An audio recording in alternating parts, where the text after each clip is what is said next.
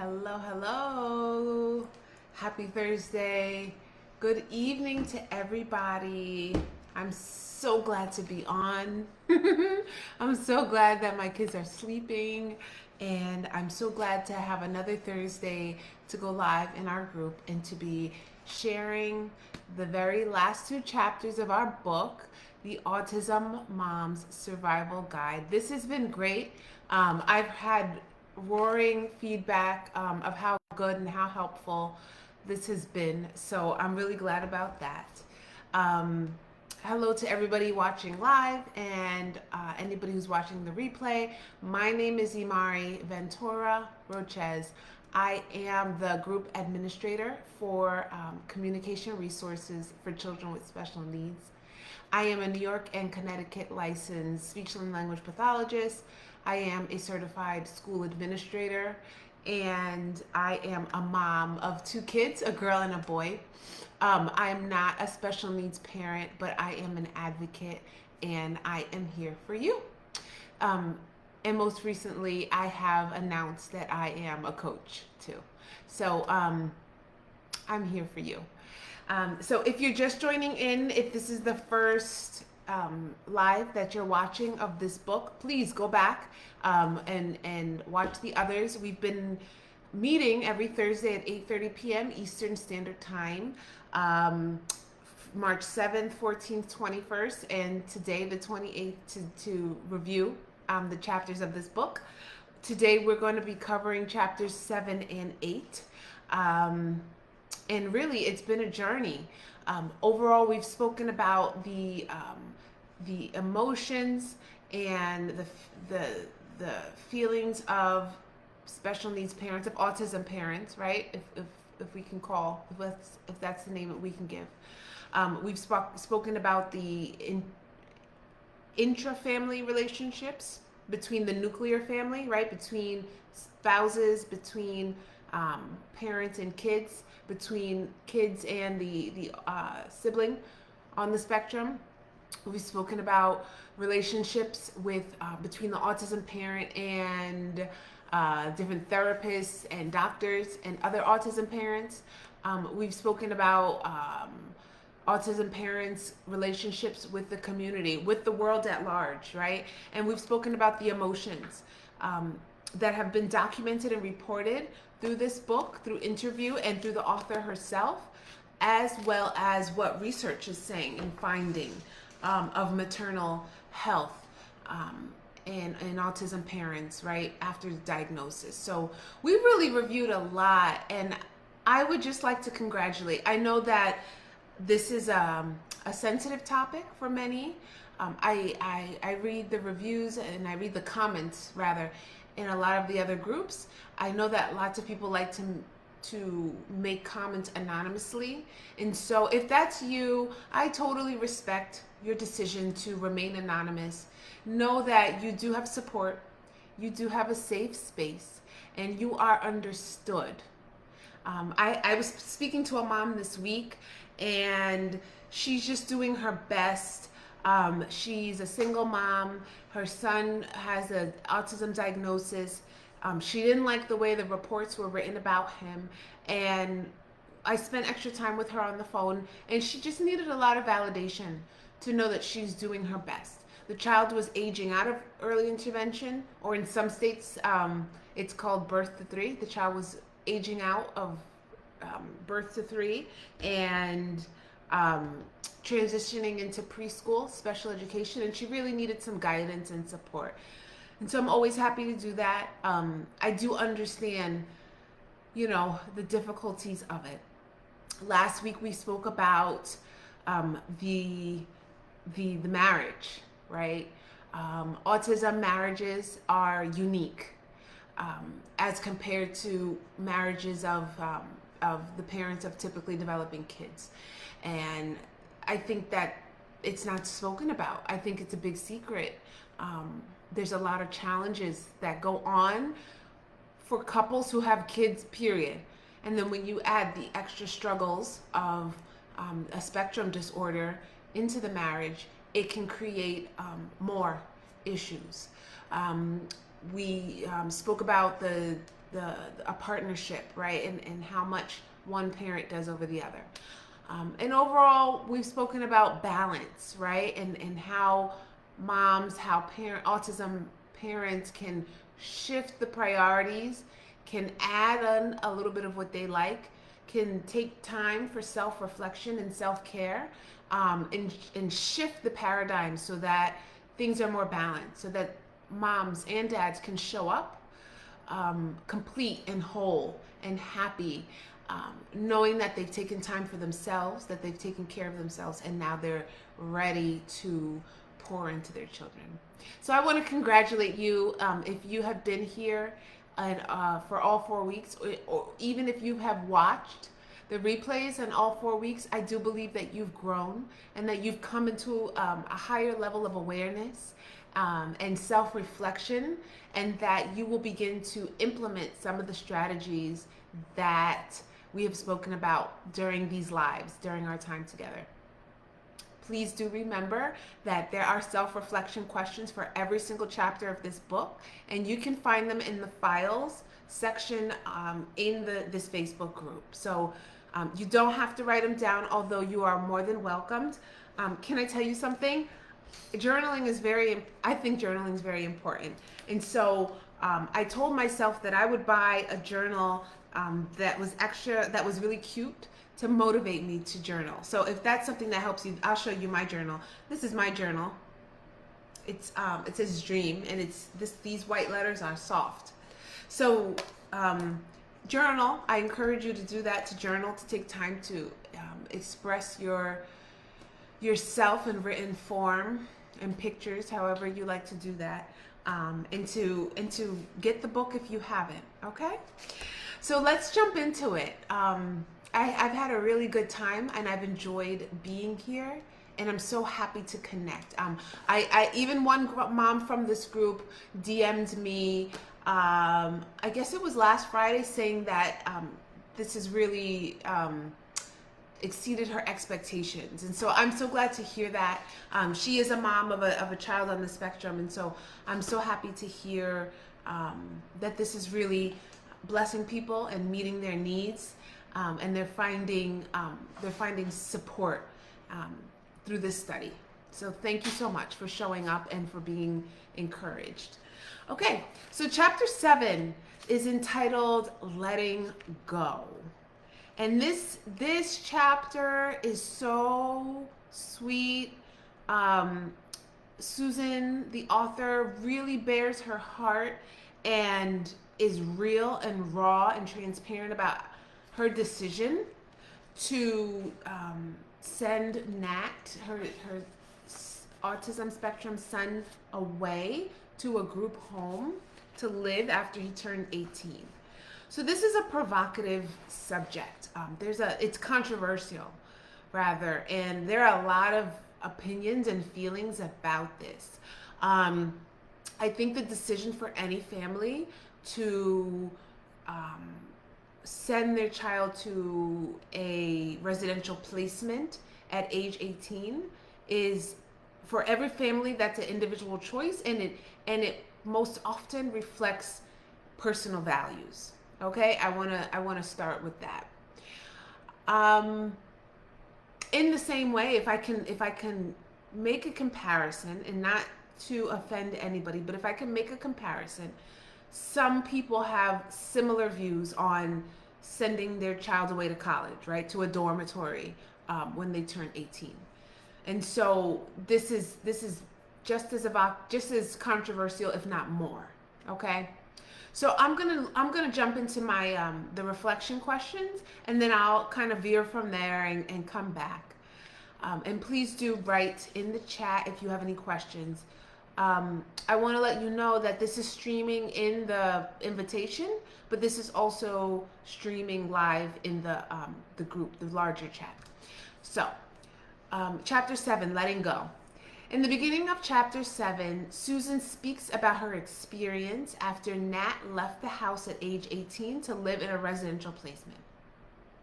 She explains that life was so simple, and she got a glimpse of what life would be like without battling the hardships of autism. Do you ever think of how your family would be without contending with the issues that arise with autism?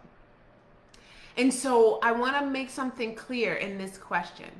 I'm not asking if you wonder what your life would be like without your child. I'm not asking that. I'm asking, do you ever think about what your life would be like if autism was not a part of your family?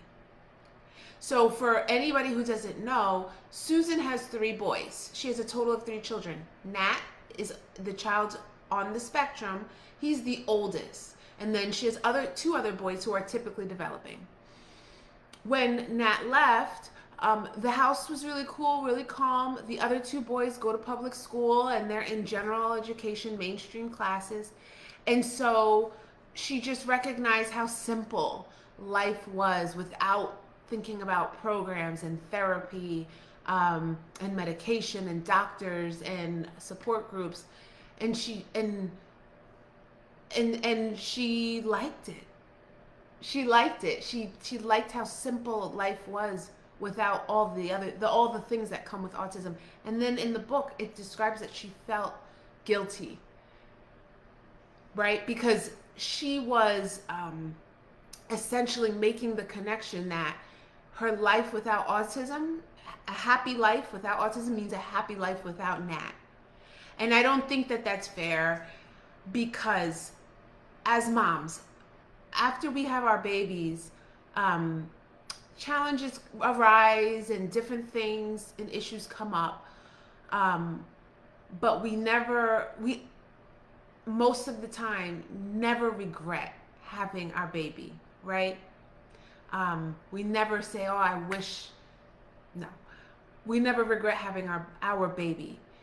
So I think that in this question and in her elaboration in the book, she made some connections and really placed a lot of guilt on herself. It's okay, I would say, to think about your life without contending with autism, to think about what your family would be like without the presence of autism. I think it's okay to think about that. And that doesn't mean that you're thinking about that you don't want your child, because I don't think that's possible. However, there is a reality that no family is perfect. And in the absence of autism, that doesn't mean that there wouldn't be a different issue, right? It doesn't mean that there would be a different issue. So we just kind of can't go off too much into the what ifs, because we don't know what things would be like instead. Okay. I want to give some context, because I know that there's some moms in the group and dads who have small children. A member just joined today whose child is, I believe, 5. So for people with younger children, the conversation about residential placement and things like that might seem so odd and bizarre. And I just want to explain what that is, since you're not at that stage yet. We're always thinking about independence for children with special needs. I'm referring to the umbrella term of neurodivergence and the variety of diagnoses. We're always thinking about independence, right? Because the reality is that mom and dad and the nuclear family won't always be there. So we think about how they will function as adults. And so many of the residential placements or group homes serve as places that are the stepping stone, or the introduction to an independent adult life. And so there was a very nice one in New York. If you don't know, that's where I'm from and where I have been was educated and trained. That it's been bought by a different agency, and it's called something else. But for a very long time, it was an adult group home. And the adults went on trips and they did different things, but they got basic life skills within this residential home, and they got to socialize and be friends and develop a life separate from their household, their family of origin. They developed a separate life in these group homes. And so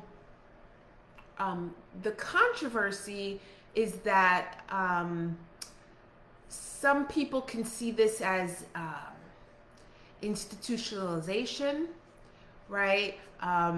Which, you know, in the United States, we've come so far in terms of legislation and our perspectives of people with disabilities that nobody wants to think that we are marginalizing individuals with disabilities. We don't want to ever think that. So I think some of the controversy is rooted in America's history of doing that, right, in the 1950s and 60s. Also, some of Susan's guilt, and some of you with older children on the spectrum may have been able to relate to her feelings because it's almost like, okay, well, some parents, some people think it's like, okay, well, I'm done with you, you're away. It's no more issues. It's you know, this is not my problem. And Susan began to feel a little bit of that. But the reality is, your child, you know, in the eyes of a parent, a child is always a child. They could be your 50-year-old adult child, right? So she it's never like, you know, he's gone and he's away. Actually, she worries quite a bit when he's away at the residential placement. And so the residential placement is a choice that the family made in order because Nat is growing. There was actually an incident in the book that showed he was just kind of big and old and needs to go to a place that can give him some skills and you know, help him to integrate into the next stage of life. And so many families make that choice, which is absolutely fine. This residential placement should not be confused with day treatment, a day treatment program. There's nothing wrong with Nat. He didn't have an episode. He didn't have any mental health issues. It wasn't that. He didn't need medication or psychotic intervention. It's nothing like that. It's just a place for him to grow, to learn, and to develop into an independent adult, independent autistic adult. That's it. Just to clarify for kids with smaller, for parents with smaller kids. And so my second question is that as Susan prepares to send Nat to live at the group home, she experiences sadness, regret, and confliction. Why are some reasons that she may feel this way? Can you relate? And so you'll have to forgive me. I misplaced my glasses. I'm always doing that. But so we touched on some of these emotions in the first question. In the first question about how she feels sad and she regrets. She goes back and forth quite a few times. You know, about the decision to send him to a group home. And it's hard. I think in the same way that it's hard when young adults, 18, 19, go away for college. I think parents, it's hard, just the separation, them not being there, not seeing them every day. The absence of their presence is very difficult. So I think she felt some of that. And then she also mentioned in the book, when she went to the residential placement, she saw all these different staff members, right? And these people essentially had taken her functions for Nat. So there were people there to cook his food, and there were people there to do his laundry, and there were people there to oversee his educational plans, right? And so she may have in a little way felt replaced because she spoke of that in the book. So that might be one thing.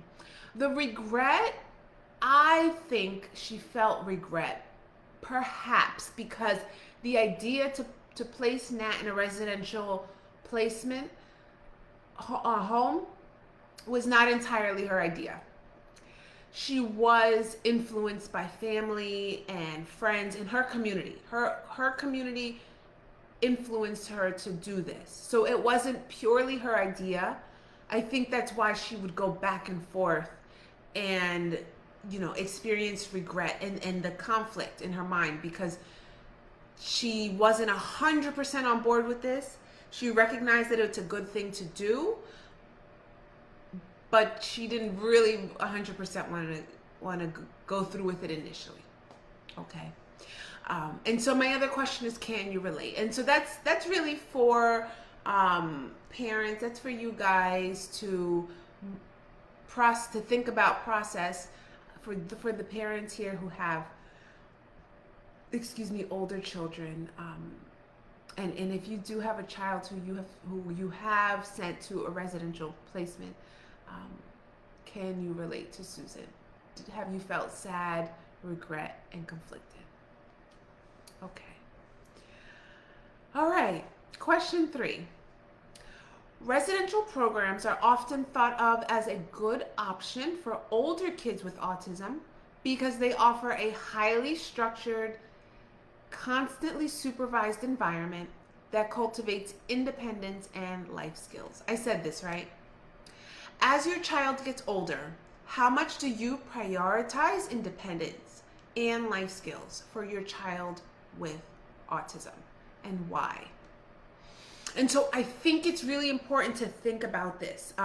Even if you have small children, the better. And there's a question for chapter 8 that we'll get into that hits on this, but I want to give you, I want to talk a little bit about your priorities, and I want to give you a story about some clinical work that I did in another country. So like I said, the decision to send a child with autism at the age 18 or 19 or 20 to a residential placement is individual, from family to family. There's no right or wrong answer. That decision it most often reflects the values of the family. If any of you know, and I think I put the picture somewhere in the feed. In 2010, I was a graduate student for communication science disorders with my amazing professor who is still traveling. She's actually, I just read, she's going to Barcelona very soon to work on cleft palate. She took us to Africa, and it was an amazing trip. And the work that I did there was it was some special education clinical work. We looked at the laws and the legislation around people with disabilities in the country of Ghana, and then it was so cool. We got to be on a cleft palate team. Anyway, I learned that the values of the culture were independence was not a prioritized value of the culture, right? Because the culture was very collective. And there's many cultures across this world that are very collective. And I would even go as far as to say that in our group, we have moms and dads, families that represent cultures that are collective, right? And so being an independent adult, being an independent individual with disabilities is not so important. And so what I've seen across my years of experience working with families and learning about different cultures is that a child with autism or any special need who comes from a family, the family will want to hold on to them. The family will, up into adulthood, the family will care for them, make sure they're fed, have clean clothes, happy and comfortable. But there really is not an emphasis on independence or developing life skills to become an independent adult. And so I've seen that in some collectivist cultures. And so I asked this question just so that each parent, each mom or dad who reads it can get clear on how much they prioritize that. and what their values are around that type of decision. Like I said, there's no right or wrong answer. It's just important to be aware, to bring awareness to the connection between culture, values, and disability, so that you move forward really clear about every decision. And so that's really that. So that's my question to you guys. As your child gets older, how much do you prioritize independence and the acquisition of life skills for your child with autism, and why? And so then my very last question for chapter 7, letting go, is although the days of the therapy chase and educational program searching is done for Susan, she still finds it important to stay connected with Nat. She talks to him on the phone while he's at placement, and she welcomes him home from school visits. How will you remain connected with your autistic child as they get older? So I think this is a very sweet question. I think all parents of all children should be thinking about this. And of course, everybody has their own traditions and routines for their families, their own family values. But I think it's very sweet when our kids are little and we start traditions with them, and we have something that connects us with them, and we continue to do it with them when we're older, right? So that we have something always special to share. And so Susan, all of her, I would like you to think of it as sowing and reaping, right? Because we sow and we reap all the time, whether we know it or not. And so for years, Susan and Ned is her husband, sowed into the life of Nat, really cared for him, looked for specialists for him. They were always preoccupied about his physical health, his mental health, and his social development. And so in his older years, now that he's at placement, there's things that she just doesn't have to worry about anymore because he's not at home, and that season has passed, but she still finds it important to connect with him. So I would encourage you, as your children are getting older, even if you're not sure what the trajectory is, that you develop some traditions with them and routines just to look forward to and to keep you connected when they get older, because I think it's very sweet and it's very special to always have that, even when they're older and they're big and they have their own lives. And so now I'm going to segue into chapter 8. Okay, great. So chapter 8 is entitled Looking Toward the Future. You'll have to forgive me about my eye gaze. I'm shifting back and forth between the questions and the live. I didn't want to open my computer because then I'd really just have my visual field just very large. So chapter 8, Looking Towards the Future. And once again, I know many of you have small kids and you're just not at this stage yet, that your child's 18 and gonna live on their own. But it's nice to know, how things may unfold, right? So please stay present and connected. Okay, so my first question to you. Susan describes the painful process she went through to let go and allow other adults to attend Nat. She believes that the staff at the residential placement have replaced many of the functions that she performed for Nat at home. What is an affirming thought that you can use when you see other adults attending to your children? So I touched on this a little bit in our covering chapter 7, and it can really be very jarring right? Because it's something that you've never experienced and perhaps have not expected. Uh, and a lot of your identity might have become wrapped up in caretaking for your child on the spectrum. So, um, what is a thought, right? Because we've spoken so much about how our thoughts dictate our behavior, how our mindset is important as it pertains to our perspective and how we are viewing um, the disability, right? That it's not even the disability, it's the belief about it. So we've spoken here on these lives, on in this group, we've spoken about the power of mindset.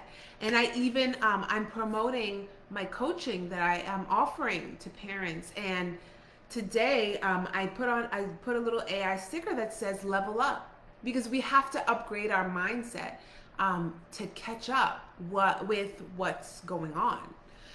And so, what is an affirming thought? What's a positive thought that we can tell ourselves?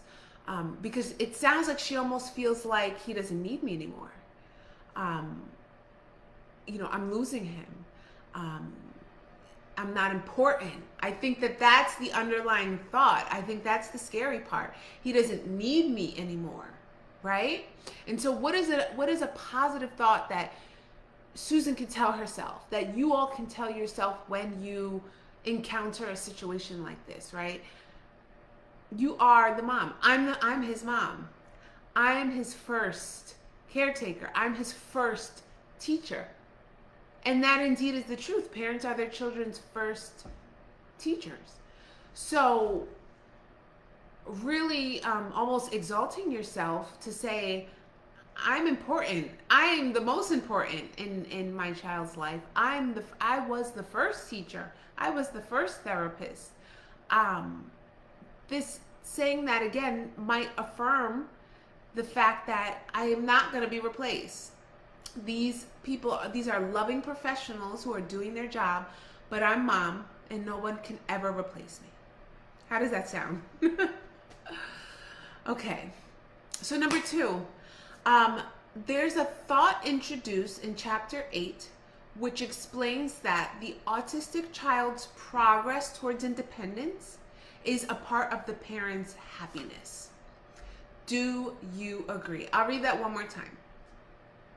There is a thought introduced in chapter 8 which explains that the autistic child's progress towards independence is a part of the parent's happiness. Do you agree? And so once again, I'm going to have to say that where you prioritize independence is reflective of your values. I would say personally that the more independent your autistic child is as they get older, perhaps the less a parent may worry. The more that they can do for themselves, the more attentive and aware that they become of their surroundings, the more proficient they become with money and economics, right? Knowing what they can spend and how to manage their life's affairs independently. I would imagine a parent would be relieved and think, okay, no, now nobody's going to take advantage of them. He'll be okay. He'll be able to make a decision if I'm not there. And so that relief brings about the feeling of happiness, right? A parent would perhaps be less stressed out knowing that their child could do more for themselves as they get older. But where we prioritize independence really is reflective of our own values, and that's individual from person to person. But I'm interested to hear what everybody thinks. What is the community saying? What are moms and dads feeling? What are they thinking and believing? And would you, if you have other children who are typically developing, would you apply the same value to them? If your typically developing child is grows to become more and more independent, is able to live on their own, make their own decisions, make their own money, manage their life's affairs, are you as a parent relieved and happy? I'm interested to know the contrast and to hear what are your thoughts about that. Do you agree or disagree? Okay. My third question. And so there is a subsection in chapter 8 that is about advocacy. And I like that a lot. It's about advocacy for the autistic community. And so I think that is a big point. Okay, so let's be real. Everybody is not an activist, right? You know, and I understand that. Some people just would like to live a quiet and simple life, get their child through, and resume. And I respect it, I understand it. And some people, you know, who go through this journey, who walk this walk of raising a child with autism, you know, reach the point that Susan is speaking about, where their child is 18, off and away from home, and you know, this parent has really feels called now to help other parents and to spearhead movements to rally around the needs of the autistic community and special needs parents. I get it. I understand. Everybody's different. Everybody has a different personality, a different temperament, a different tolerance capacity, and everybody has a different calling. So I recognize that everybody's not going to be an activist and really march in the march of advocacy, but it is important, and we need somebody to do it. We need people who are going to advocate for the autistic community, and so this is really powerful. In the book, I want to read an excerpt that helped me to make the connection and really understand the importance of the community. So, autism parents know all about the other no, wait, is that it? Okay, 1 second. Complete activities when they. No, I'm so sorry. I'm just I'm one page off. Okay, here we go. This is great. Okay, so Michael Goldberg, a Massachusetts autism dad and the editor of the Autism Bulletin, a blog that keeps track of the changes in autism policies nationwide, says, "Make the effort to educate yourself and become aware. Then spread that awareness in your own style and don't stop. Parents, families, and organizations, big and small, are what create changes in policies that affect the autistic people in their lives." So, it's important to know that the autistic community, so a community like we have right here, here on Facebook, right?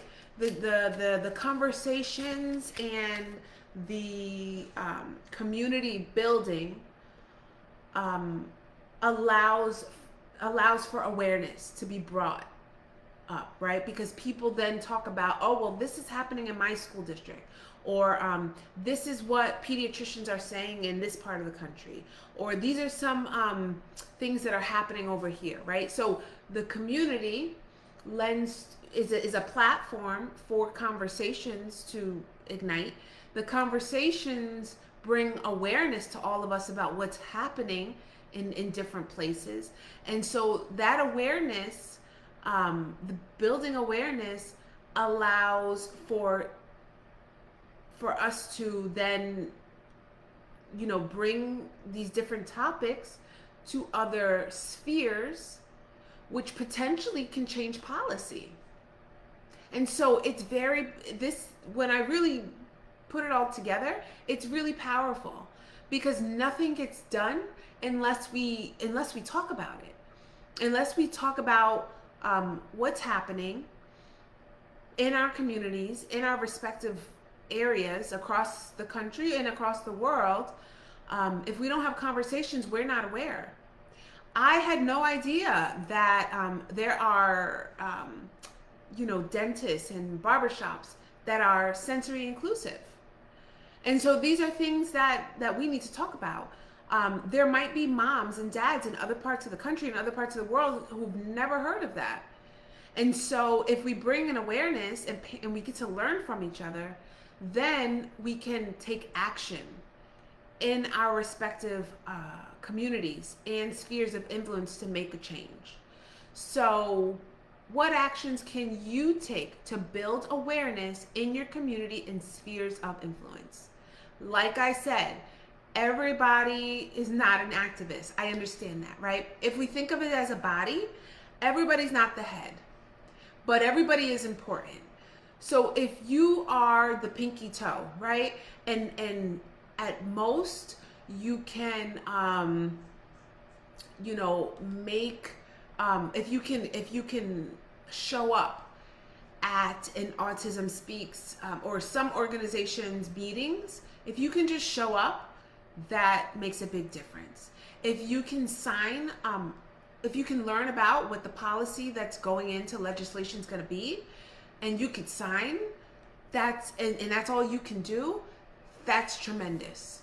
Every single body matters in shifting the dynamic, so that policies change in favor for the autistic community.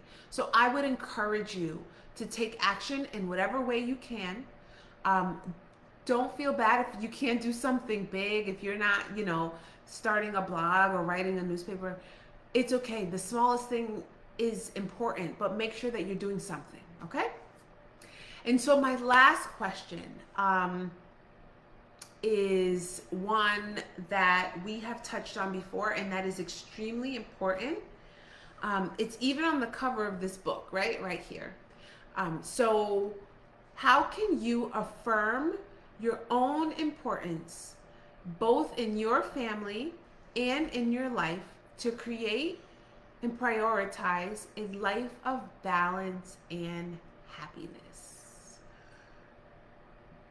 How can you affirm your own importance, both in your family and in your life, to create and prioritize a life of balance and happiness? And so we've spoken about this across the chapters more than once,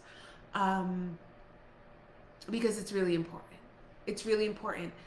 Susan, she shared with us a lot of the things that she needed to do. So there were times that she had to get out the house. There were times that she needed to take family vacations with the other boys, right? And have Nat go to a camp. There were times she needed to ask for help. There were times that she needed to reevaluate her relationship with her husband and reconnect and go out and plan how she would do things differently. She picked up a hobby, right? So that she could do something for herself. She picked up belly dancing. We learned about that last week. What else did she do? She got therapy for herself, right? I would encourage you to get a coach. And there's a post this week about, there's a Venn diagram, right, that really contrasts the differences between coaching and therapy. But she got some help to process her emotions and to talk about things. There's a lot of things that she needed to do for herself to get to the 18 years, through the 18 years with Nat.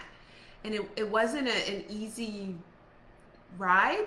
There were lots of challenges, and I certainly believe she was able to do it because she created balance in her life by thinking about, evaluating herself, thinking about what she likes, and prioritizing her needs in there.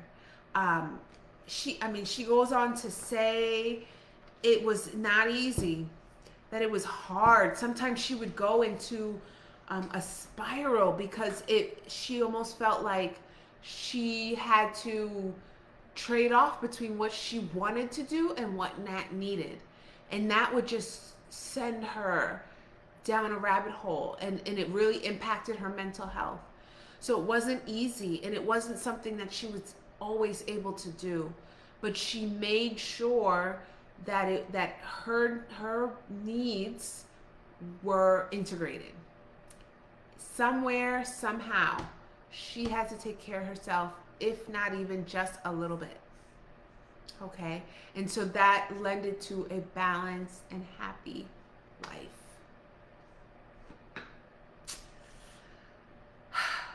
This was a great book. I really enjoyed this. I enjoyed this book, and I really enjoyed coming onto Facebook. One by one, you guys have been sending me messages. I'm really happy to communicate with you. I love this. I love this work that I do. It's different, very important, and I'm happy to consult and meet with you guys. This has been really fantastic. I'm going to upload the questions to the files folder, so this is added value for you guys. You could go back, watch the replay of the book, okay? It'll be up there. It's like archived. I'm not moving it. It's for you guys. You can replay and watch as much as you want. Please do look through the questions. So, a couple of announcements. I posted today the April at a glance. I love April. I love spring. April is my birth month. So, yay to April. There's a couple of different things going on. So, I'd be really happy for you to use my at a glance to plan alongside with your calendar and your personal calendar, and join in some of the events and the new webinars and the different things that I'm doing for this month. I am offering one-on-one discovery calls so that we can discover if we are a good match to work with each other for special needs parent coaching. I would really love to meet with you guys, so please do get in contact with me however you feel comfortable, and I will reach back to you. There's a new digital download coming through next week. You'll get the flyer of the new webinars for the next 3 months, and I just think brighter days are ahead of us.